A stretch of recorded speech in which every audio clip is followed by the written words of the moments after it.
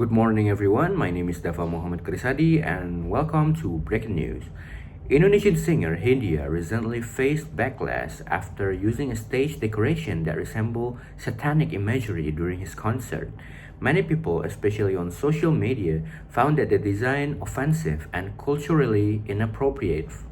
Some criticized Hindia for being insensitive, while others argued it was a part of his artistic freedom. Hindia responded by explaining that the statue was not meant to offend anyone, but was purely an artistic choice to fit the concert theme. Despite his statement, the controversy continued, with critics calling for more responsibility from public figures in their creative decisions.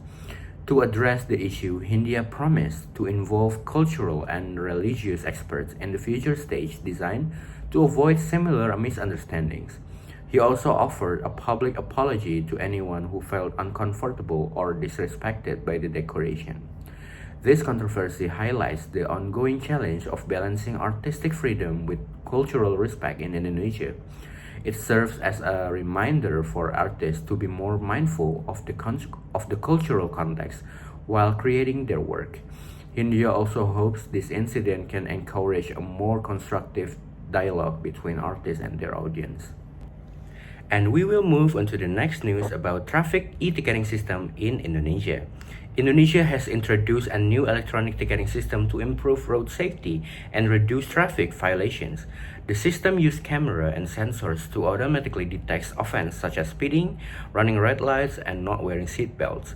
Offenders are notified via text message and can pay their fines online, simplifying the process for both driver and authorities.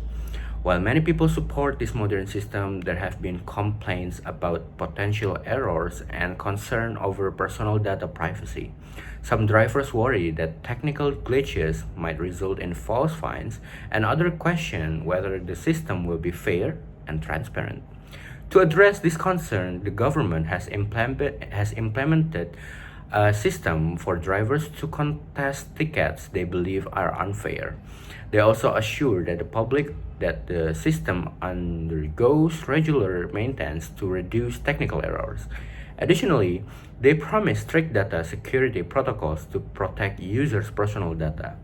The government is also conducting public awareness campaigns to educate drivers about the system and how to comply the traffic laws. By combining these efforts, they hope to build public trust and ensure the new system leads to safer and more orderly roads across Indonesia.